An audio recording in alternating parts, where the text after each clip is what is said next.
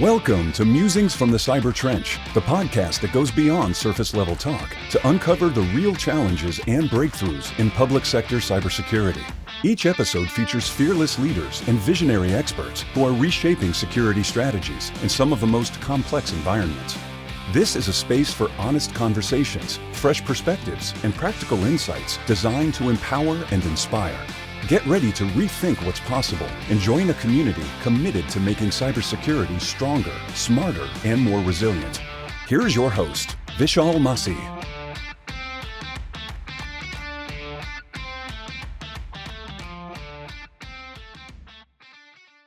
Hello, everybody.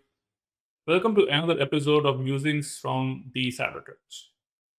Our next guest today is media's go-to cybersecurity expert and the creator of the Strategic Human Firewall. He's a private investigator, certified speaking professional, and CEO of Protect Now, one of the nation's most trusted voices on cybercrime and identity theft. He has built an unparalleled media record, appearing on over 500 television shows, contributing to over 1,000 radio programs, and being featured as an expert in over 3,000 articles. He's a dedicated girl dad, and when he is not on stage or on air, you can find him riding his 1987 Harley Davidson. With that, everybody, please meet my guest, Robert Siciliano. Welcome to the Musings from the Cybercrime, Robert. Thank you so much. Happy to be here. Absolutely. So let's start with this, Robert. Most employees don't wake up trying to break security. They just don't think it applies. Why does cybersecurity still feel like it's someone else's problem? And what's the real cost of that mindset? I find that employees don't recognize that they're responsible for the security of their organization at all, that they look at security as somebody else's responsibility. It's the CIO, CTO, CISO, and so forth. Like, it's not their job.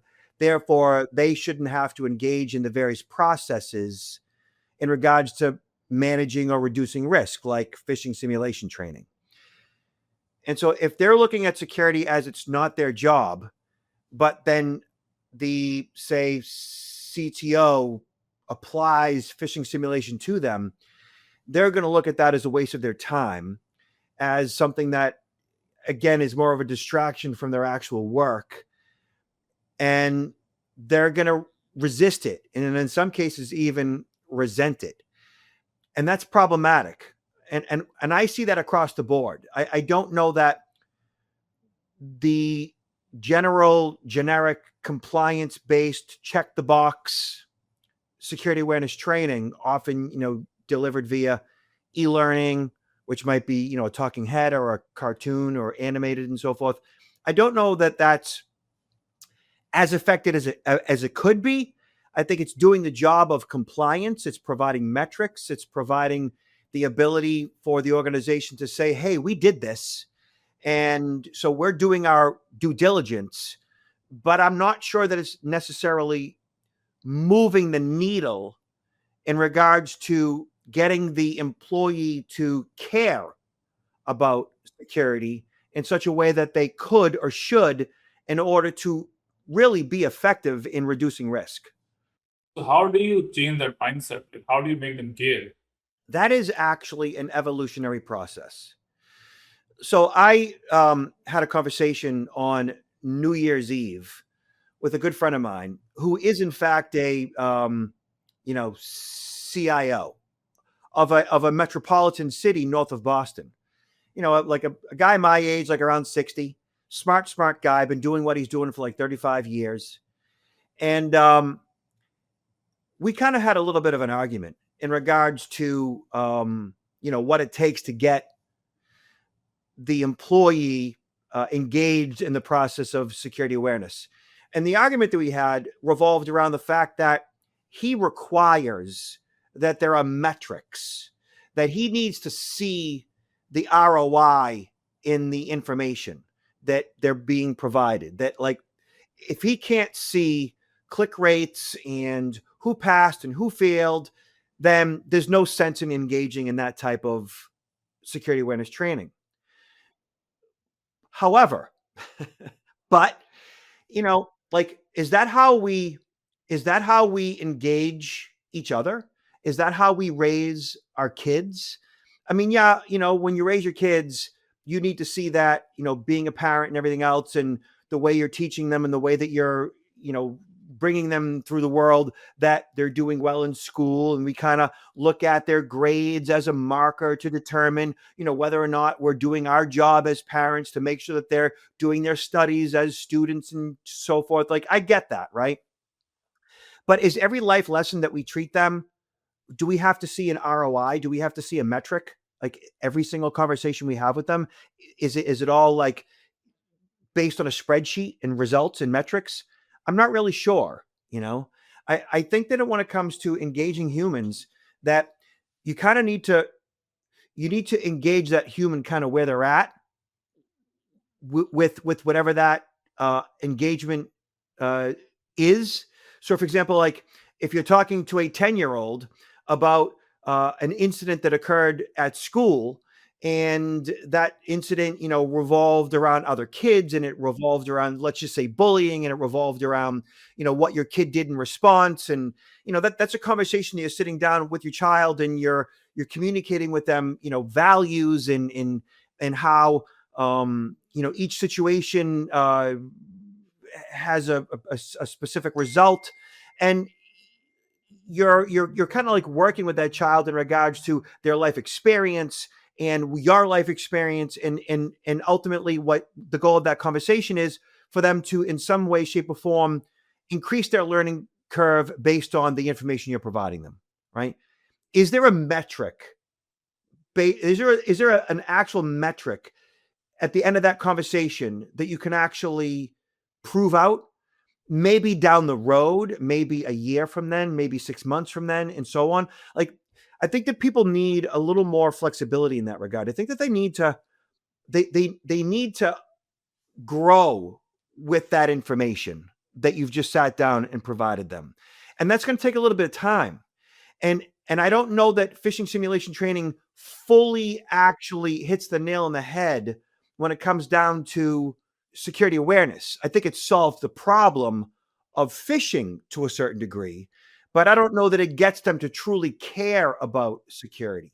And I think that that's where the gap is. The gap is that I don't know that we're actually getting the employee to care about security awareness enough that they're actually being fully effective as they could be when it comes to reducing risk in the work environment. I was going to ask why having them care is most important, but you already answered my question. Because if we train them and they don't care, they'll be trained on a particular kind of attack that they are used to seeing in their training.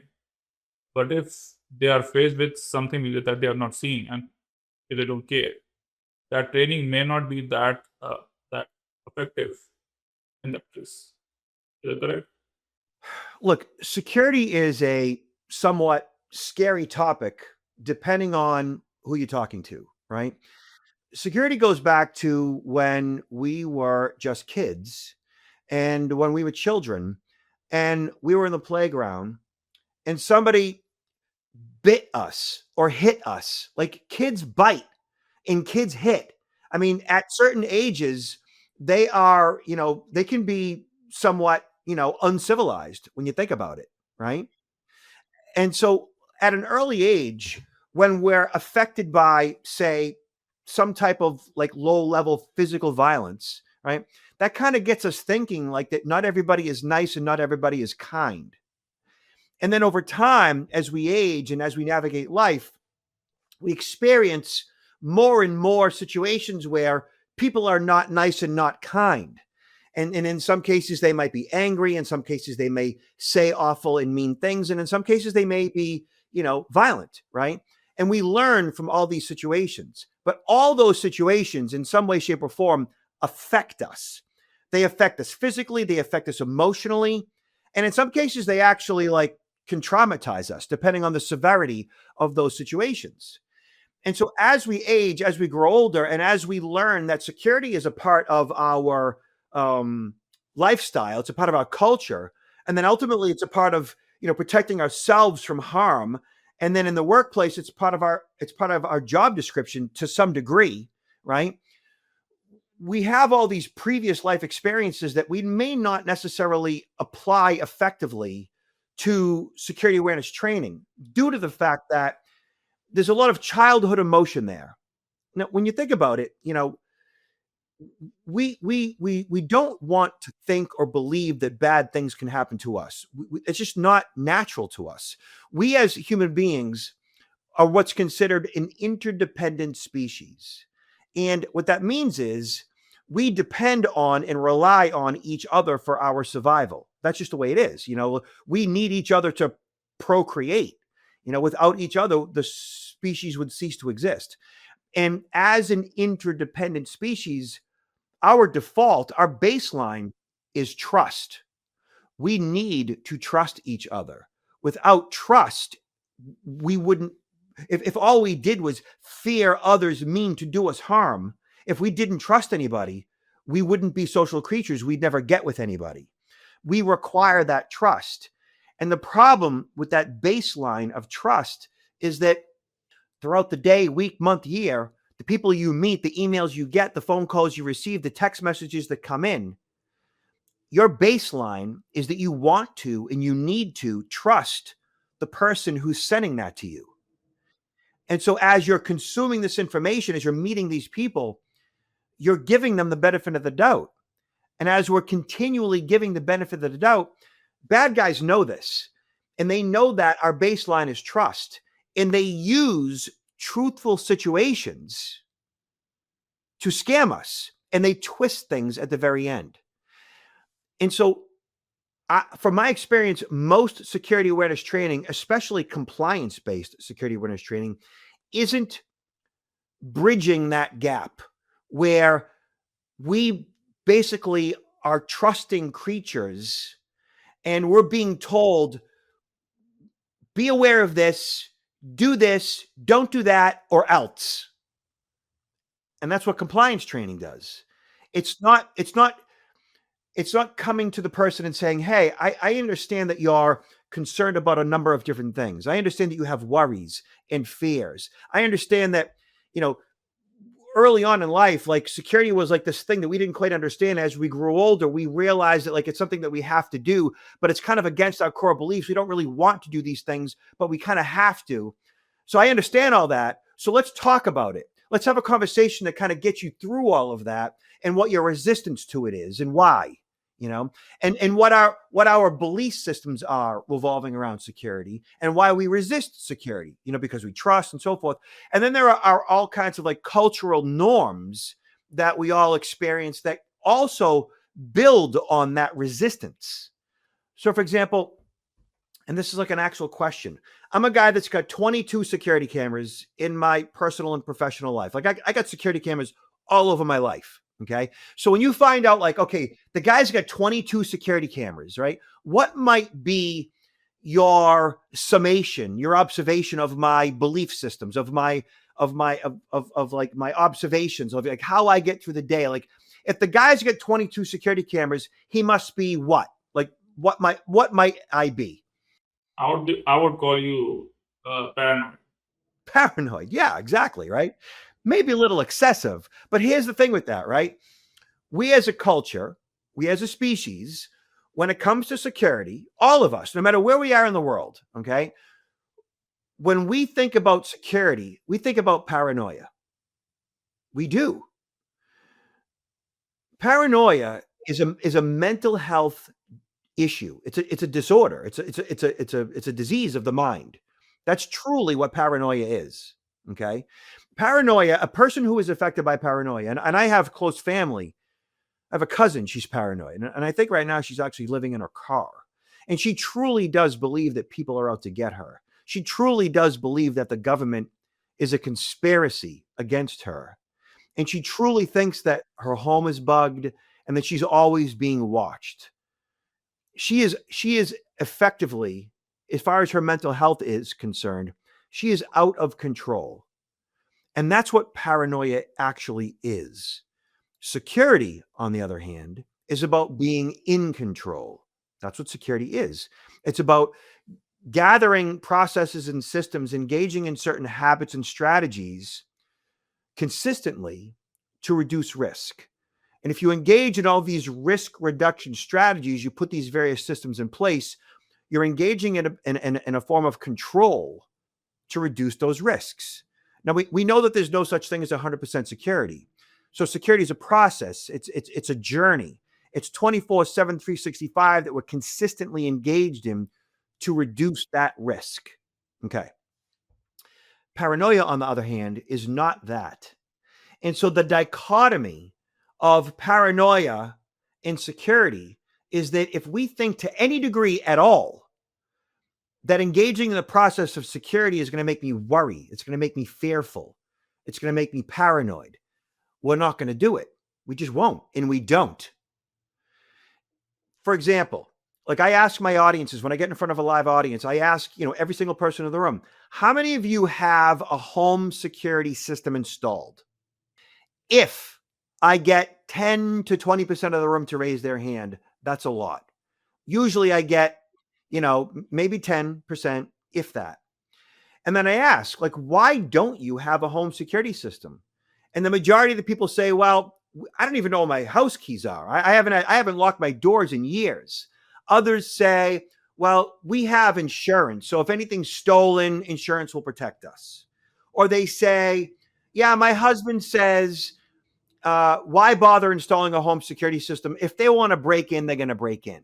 Like all these fatalist views of a home security system. And then fundamentally, what many of them say is the reason why I don't install a home security system is because I don't want to live like that. And I say, well, what does that actually mean? And they say, well, I don't install a home security system because I don't want to have to worry. I don't want to live in fear. I just want to be free. And you know what that truly means? It means that I don't want to really recognize risk. I don't want to recognize that there are, in fact, predators out there that burglarize homes. I don't want to recognize that there are actually home invaders that come into your house and hurt you. I don't want to think about those things. I don't want to have to worry about it. I don't want that constant reminder in my life. I just want to be free and not have to think about it. I'd rather function in denial that it can't happen to me. And that's what we do. And that's the resistance that employees have to phishing simulation training, to check the box compliance, because it doesn't truly affect them in their lives where they're at with their fears and their worries. They're trusting by default. And the fact that they're functioning in a certain level of denial that it can't happen to me. And so in order to be effective, and in order to get people to engage in security awareness, you need to affect them where they're at. And the way that I define security awareness versus what I do is actually, I call security appreciation training versus security awareness training. Security awareness training is intellectually, I understand and I recognize risk, meaning I understand you should lock your doors and that you probably should have a home security system. I understand it's a good thing to have identity theft protection and antivirus controls and two-factor authentication. I understand I should change up my passcodes and consider a password manager. I understand all these things. And I recognize risk in that regard. The difference between that and security appreciation is not only do I understand all these different things, I've installed the home security system. I lock my doors. I have a password manager. I don't use the same passcode twice. I have identity theft protection. Of course I have antivirus. I pay for it too. It's not just free, right? And I've sent my daughters to take self-defense training because I know that they face, assault. And I've had uncomfortable conversations with certain people in my life to teach them about personal protection and protecting their data and their identity and their bank accounts. Like, why? Because all these things mean something to me and they matter to me. It's important. That's security appreciation. You evolve from recognizing risk, understanding it, to actually doing something about it because it means something and matters to you. And I don't know that that's being done effectively anywhere. I don't see it. So you have been teaching security appreciation, I would say, for almost the decades now. So what changed your mindset? Like what brought you to this point of view that the way it is done right now is not right? Until organizations essentially flip the switch. So, let me give you a little bit of background, right? So prior to COVID, for me, business was good, and then COVID hit, and that was it. In-person, live, interactive training stopped for obvious reasons, right? And at that time, or prior to COVID, check the box compliance, e-learning, micro e-learning, training was already on its way. And then COVID hit and it solidified, remote e-learning training, right? It solidified it. And so 2020, 2021, 2022, 2023, and there was no physical interaction between a live trainer and, an audience for security awareness. It just didn't happen. If anything, for me, I did, virtual stuff, but not a lot of it because the check the box compliance was all they needed. For the past couple of years, and especially in 2025, what I'm hearing is from CIOs, CTOs, CISOs, and so forth is, listen, we need interaction. We need our people to simply care about security. We just want them to care. They're seeing such a disconnect between what's actually happening in regards to being trained in regards to security awareness and whether they're checking boxes and so forth to actually like the real world, what's going on. And when your employees kind of throw their hands up in the air and say, my 14-year-old knows no more about technology than I do, while that might be funny, I don't know that that's any longer acceptable. I don't know that it's any longer okay that we kind of resort to, I just kind of give up. My 14-year-old knows more than I do. What am I going to do? I don't know that that's good, especially not for the employee of a company that's handling sensitive data. I think that same employee would be more responsible for the data in which they were entrusted with if you first explain to them what security is, what security isn't, paranoia, trusting by default and how that's used against us, and how we can go about implementing various tips and tricks, strategies, habits to secure our own lives from both physical violence and from virtual security, right? From virtual threats. And once we engage the employee in those processes, then the employee begins to care. 2025 was my best year in business since pre-COVID due to the fact that companies are realizing now that they're just simply not, their employees just don't care and they need more. They need a dialogue. They need to feel that that this is something that they can do, that is something that's within their capacity.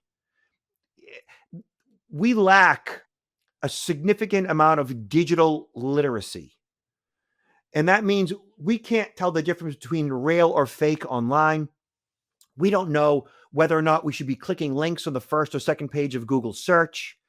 We don't understand what it is that we're doing with our fingertips and what we're looking and what we're consuming. And most of us are just afraid. That's most of your employees. That's most of your colleagues. They're just afraid. And I get that, and that's problematic.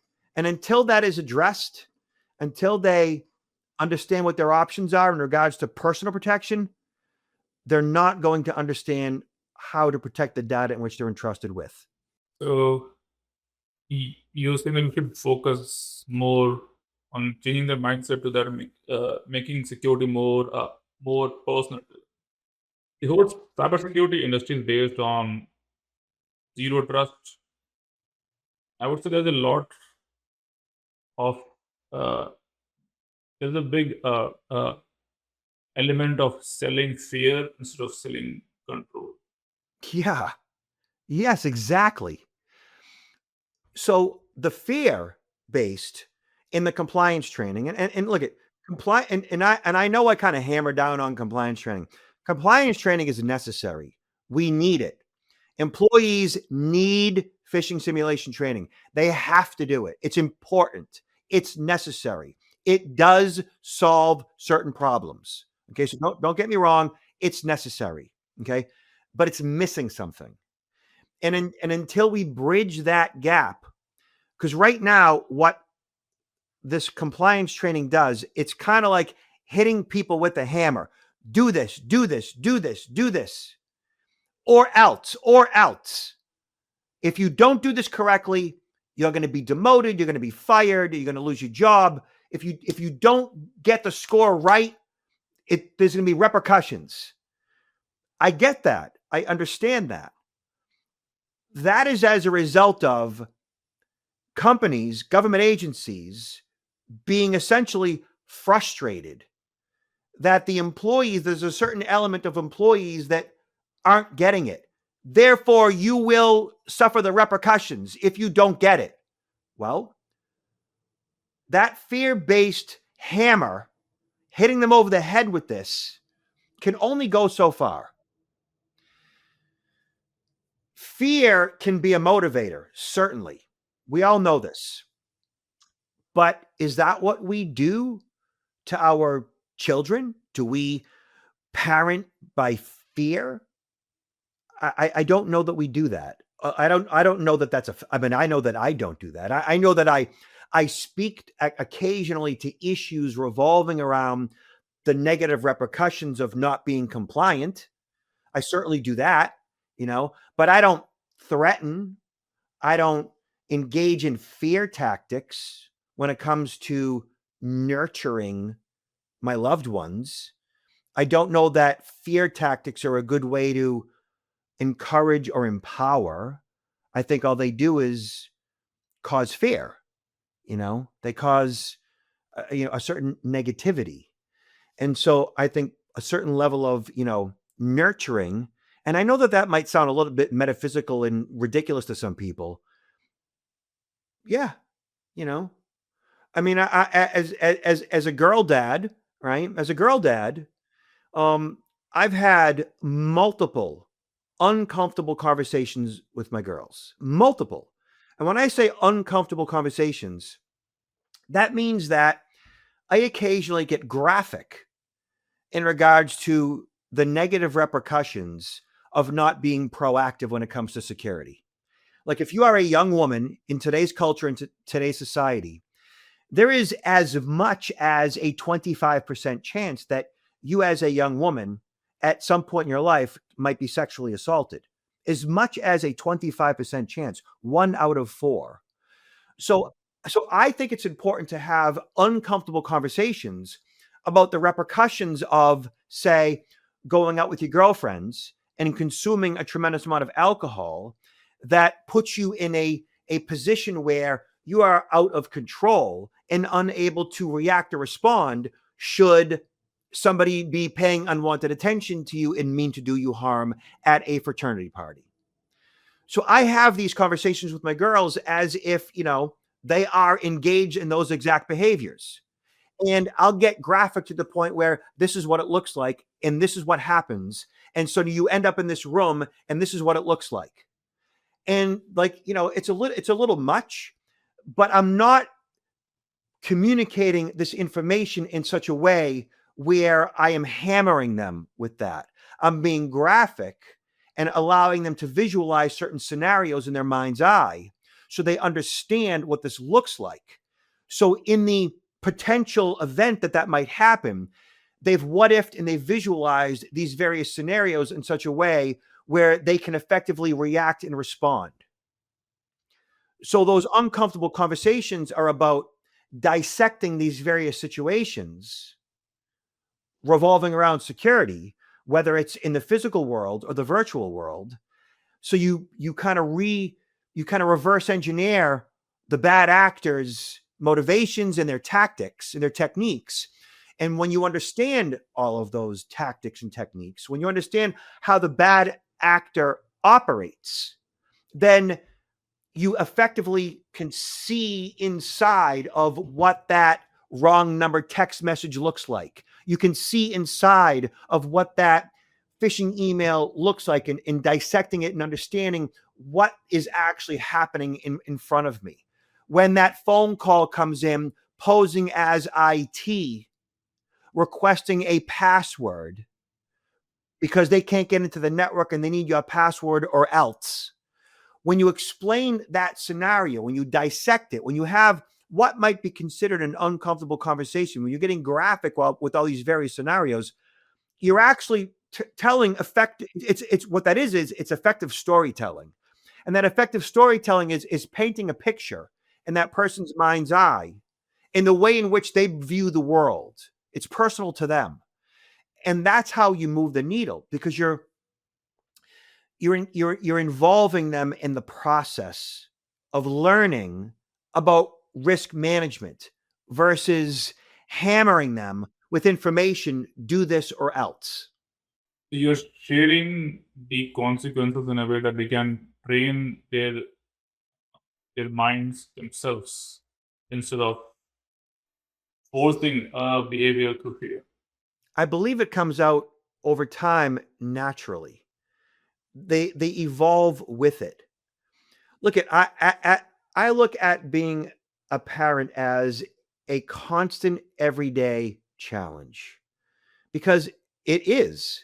And as a parent, I'm finding, like, at every age or every stage in their development, in their own development, from being babies to being toddlers to being young children to being tweens to being teens to being young adults, each stage in their development poses its own set of challenges, right?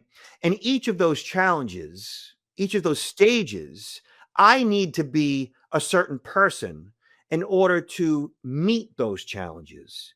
And I have to be flexible and kind of ebb and flow with the tide of that stage of development and be a certain person and communicate in a certain way. So at each stage, they evolve effectively based on my input towards their development, right? And I don't know that that's even a consideration with security awareness training, especially compliance-based. Compliance-based is a set of facts. Do these different things. These are the basic outcomes you're going to get. And then there's going to be these people who don't get it, and these are the repercussions. It's not nuanced to the degree that I think it could or should be. And if it was, I think that it would move the needle that much more effectively. If we go to the lot within zero trust, so the thing that we always tell our clients is we want to implement zero trust. It starts with a mindset shift at top level. It has to be like top down, and it is a journey. So, like, I would suspect that, like, the same mindset shift and the ongoing process of being on a journey would also then apply to cybersecurity appreciation. The leadership aspect of this is a big deal. If the leadership does not, fund the necessary training, even if it's phishing simulation training for that matter, if leadership does not believe in security and all the necessary tools and applications and investments that need to be made in the organization to be compliant, to reduce risk, if they don't look at security as an absolute fundamental business function versus, an expense that they don't necessarily think they need, then from the top down, that CIO, CTO, CISO is essentially screwed.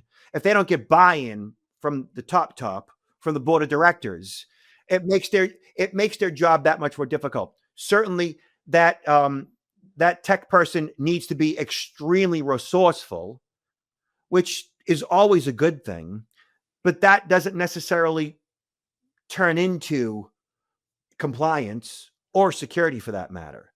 Being resourceful is a great thing. So top down, and it's getting the top of leadership on board with security awareness to begin with, and then getting those that are responsible for pulling the trigger, again, those tech C-suite executives, to actually believe in security to the degree where they understand risk and why people are adverse to it, like we've been talking about, that people are worried and they're afraid and they have fears and they need there's a certain nuance to the dialogue that you have with them in order to get them to essentially understand risk management and to care about it to the degree where they see this is within their capacity, that it's something that they understand, that they recognize as something that they want and they need in their own lives, and it makes them more effective in a professional environment in that regard. You have defined concept called called uh, uh, uh, strategic human firewall. Okay, what is that? So the strategic human firewall recognizes that technology is not going to solve all of your security issues. We know that. Human hacking is a thing. Human hacking has been going on since thousands of years. Snake oil salesmen back in the 1800s, the Ponzi scheme back in the 30s that is still very prevalent today in the form of various cryptocurrency pig butchering scams. I mean, there are thousands and thousands of variations of scams, but they all have very similar strategies to utilize truthful situations with lies, right? To compromise people's ability or need to want and trust others. They all fraud has the same baseline. Basically, go after good humans need to comply with the truth. That all fraud is based on that.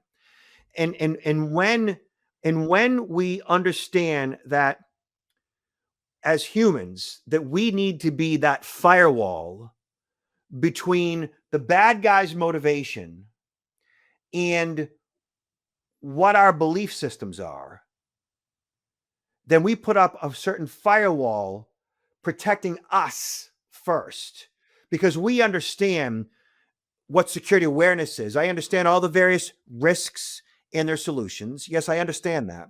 I also understand what those risks and solutions are to me and my identity and my data and my dollars and my bank account and my loved ones and my daughters going off to college and my spouse and my home and my stuff and my personal protection. I understand all that stuff, and I appreciate the value that this information and these strategies, these tools, these techniques, these habits, I appreciate the value they have in my life. Therefore, as I'm being, bombarded, like every day, we're getting emails and phone calls and texts every single day. I get phone calls and emails and texts to my phone, to my inbox every single day. As this is all coming in, we see it for what it is. We understand and recognize the risk behind reacting to it. And so we become the firewall, because Google's not preventing those emails from coming into my inbox. Not all of them. The Federal Trade Commission isn't preventing those text messages from entering my phone. AT&T, Verizon, Comcast, whatever your carrier is, they're not preventing it. So technology is not solving all the problems that are coming into my inbox, to my text message. Technology isn't fixing the problem. I need to fix the problem. So I need to become the strategic human firewall to defend my life, my data, my dollars, my family. And that only happens by engaging in a dialogue. It doesn't happen by going bang, bang, bang in the head. We're hammering people with security awareness. Whereas the strategic human firewall is not a hammer, it's a scalpel. In cybersecurity, we have this common saying that the chain is as strongest as the weakest link, and humans are the weakest link in that chain. So I appreciate what you're doing here, because as you make the weakest link stronger, you're making the chain stronger as a whole. It's as simple as that. It really is. And if we look at when I get in front of a live audience, I know that there's going to be a very small percentage of that audience that they already understand what it is that I'm saying to them. They already get it. They already understand that they're essentially what we call drinking the Kool-Aid, right? They already appreciate the value security has in their life. That's a very small percentage of people. Now, those people further your message of security appreciation. They're actually the ones that at the water cooler, they have the conversations about, in my own life, I'm doing all these basic things to protect myself and my family. Therefore, at work, it makes a lot of sense to me. Those people come to the presentation and they hear what you have to say. And they say, oh, I know I'm doing it right. This is good. Perfect.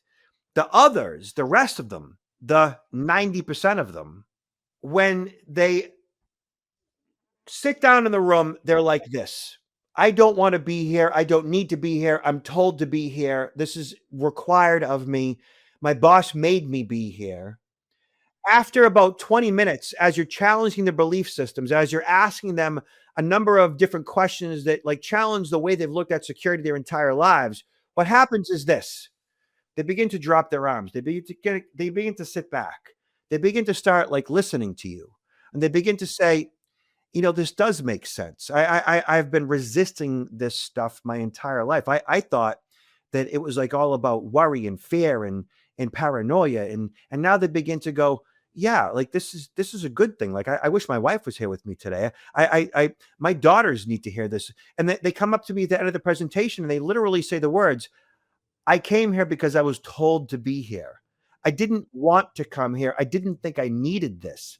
Do you know how many hundreds and thousands of times I've heard that? And then they say, but I'm so glad I came. Do you speak to high schools? Because now they're they want everybody to hear this message because this message is important. And I know that we're just one dialogue, but all your listeners can take this and they can incorporate it into their own lives. And as long as we do that, as long as we further the conversation, it's gonna change how we look at security. And once we begin to stop looking at security as worry and fear and overwhelm, as paranoia, then as we change the conversation, then you'll see the training begin to change too. And the training will be, it might sound ridiculous to people, but it'll be a bit more nurturing, which I think is a good thing. I don't think that's a bad thing. It's a good thing. When you affect people where they're at, then I believe that we will make effective change, and nobody's doing that. Change for the better. I like that. Now, let's shift gears a bit. Okay, so let's get to know you. Tell us where you grew up. Oh, I'm a Bostonian, Boston, Massachusetts. So that's where the Kennedys are from. So whenever I get in front of a live audience, one of the first things I say is, just so you know, I have never, ever parked a car in Harvard Yard ever, which is true. Actually, I have parked a car in Harvard Yard. I actually have. Actually, it was last year. Yeah, we went to a hockey game at Harvard University. But regardless, I say that all the time and they get a kick out of it. So born and bred in Boston. Been here my whole life. I'm 57. And I don't know that I'm ever going to leave. I don't know. My girls, I have girls, as I think I alluded to. They're 17 years old and 20. I got one daughter that goes to college in the Boston area. She's getting her business degree, and another or MBA, and another one. She goes to. She's still in high school, but her intention is to be a dermatologist, a medical doctor, and so my parents are in their late 70s, both of them still alive. And I don't know that we're going to be going anywhere until A, my parents, pass. And then B, we'll probably, I'm thinking, follow our girls wherever they end up. That's probably what we'll do. Because my wife, she's like all over these girls. Like she is 100% like into their lives. You've heard of like helicopter parents. Yeah, I heard the concept, yes. She's an Apache. She's a Black Hawk helicopter parent. Yeah, the way that I often describe my wife and the way she is with our girls, because she'll never leave this side, is like it's kind of crude actually, and she doesn't kind of like it, but I think it's funny and it's true. Like if you watch like monkeys and gorillas like on film, and you see them kind of like saddling up to each other, and there's like one monkey like kind of pulling all the ticks out of the hair of the other monkey. That's my wife. She's all over these kids. So we'll be here until, they move, and then we'll probably follow them. I've been to Boston. I was working for, I think it was mass housing in downtown. So I was working on a project for them, and I was kind of pleasantly surprised. Like I have worked in New York City for a long time, compared to New York, and people who are listening who are from New York not like this. But compared to New York, Boston was way cleaner. It's way cleaner. The air is more fresh there. Yeah, yeah. I've been in most of the United States traveling on business, spending time in each state, gig to gig, hotel to hotel, learning the culture, eating the food. And, out of all the big cities, Boston, I think, is one of, if not the cleanest. Some are equally, if not more clean. Some, but not as big. And excellent food. Our food is excellent, and our culture is, different. It's different. We have rabid sports fans. They can be a bit arrogant. I'll agree with that. But in general, a great big walking city. Beautiful from the waterfront. We have a boat and we spend time in the water in Boston Harbor. Beautiful city from the water. Yeah, and a great place to visit. Yeah, I think if I'm not wrong, Boston is the first place where I tried Korean food. Very diverse. It's a very diverse culture. Lots of. It is a melting pot, and everybody's accepted. It's not like that everywhere in the country, unfortunately. But in Boston, it's actually taken quite some time because we all have our old bad habits, but everybody's accepted. And like you said, the seafood there is stupendous. So yes, seafood. So tell us about your 1987 Harley Davidson. Why that year? Well, it was my first bike, and my first bike and my only bike. It's a model that I bought when I was in my late 20s, early 30s. I forget exactly. So I've had it, for 30 plus years, and it's a model that they haven't made really since that time. And it's a high demand bike as far as the classics or the antiques are concerned. What is it called? I'll look it up. It's an Harley Davidson 1987 FXR SPO. So FXR SPO. Yeah, FXR SPO. And and it's a high demand classic bike, and it rides like a brand new, bagger, they call them, like a big bike. And it's a small sport bike that rides like a big bike. And it's comfortable, it's sporty, it's slick looking, it's different. And one of my life mottos is no matter what's going on in my life, never sell the bike. I'm always going to have that bike. It's a beautiful purple. And the kid that I bought it from, he bought it when he was in high school. Oh, wow. And I would never, ever recommend buying a motorcycle while you're in high school because I think it's too dangerous. I think at that age, we have what I consider like rabbit blood. And when you have rabbit blood, which makes you just run around and do crazy things and sometimes dumb things, I think that puts you at a significant risk. And a motorcycle is a big deal. And so I would recommend never buying a bike until you're at least 30, and which was around when I bought mine. And the kid that I bought it from was an artist, like a painter, a true artist. And he did up my bike with his vision and view as an artist. And so it's pretty, it's different. It's got like a lot of detail. And it is basically a piece of art. And I would never part with that thing. And in point of note, my 17-year-old and my 20-year-old, they've never been on my motorcycle. They haven't been. I've never taken them on it.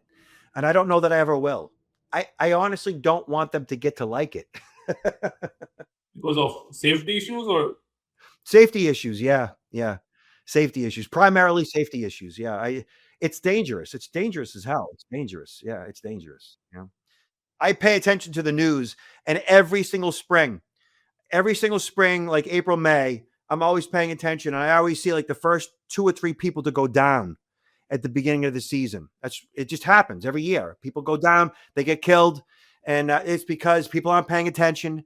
They're on their phone, and then they hit the biker, or they pull out and they back up and they hit the biker. It's just every year I see 2 or 3 go down, and it scares the hell out of me. It just does. It should. Yeah, I've been wanting to buy one, but every time I think about it, I hear the news, somebody in my town or city, just, yeah. So, It's a lot. I don't get on it as much as I used to. But I still ride it. We have a boat, and a small boat, just a small boat, small enough that we trailer it in and around the Boston area. And we get on that like 25 times a season. So I'm in the water. That's where I spend my time. We're in the water from like the middle to end of May till like the middle of October. And we spent a good amount of time, Charles River in Boston, Boston Harbor, up and down the seacoast, Cape Cod. Yeah. So we get a lot of water time. And the good thing about the boat versus the bike is the boat is family time. It's me and the wife and the girls and the dog, so it's the whole family. The bike is just me, maybe my wife, but the boat is the whole family. Do you also go fishing in the boat? Or? Little bit, yeah. I'll throw the rod in when they're hitting is how I roll. Yeah. If they're like all around the boat, bang, I'm fishing. Yes. Other than that, I don't have the patience. I think it's the best. I think I had clam chowder when I went to Cape Cod. That's one of the best I ever had. Boston area, Cape Cod, clam chowder, best in the world. Well, this was great, Robert. Tell us how people can reach out to you to learn about what you do. Thank you for that. I'm so easy to find. Just Google me. Robert Siciliano. I'm all over the socials. Robert. Siciliano is Siciliano. And then, of course, my website is protectnowllc.com. Again, protectnowllc.com. You can't miss me. Awesome. I will share the link of the website in the YouTube video. This goes live too. So protectnowllc.com. Yeah, protectnowllc.com. Thank you, sir. Thank you again, Robert. I'm sure our listeners will love our conversation. Boston, boards, and basics of cybersecurity. Hey, I appreciate you, man. Thank you so much. Thank you for being on the show, Robert. Thank you. Musings from the Cyber Trench podcast requires more than a conversation. It takes action, research, and collective wisdom. If today's episode resonated with you, we'd love to hear your insights. Join the conversation and help us shape the future together. We'll be back with more stories, strategies, and real-world solutions that are making a difference for everyone. In the meantime, be sure to subscribe, rate, write a review, and share it with someone you think would benefit from it too. Thanks for listening, and we'll see you on the next episode.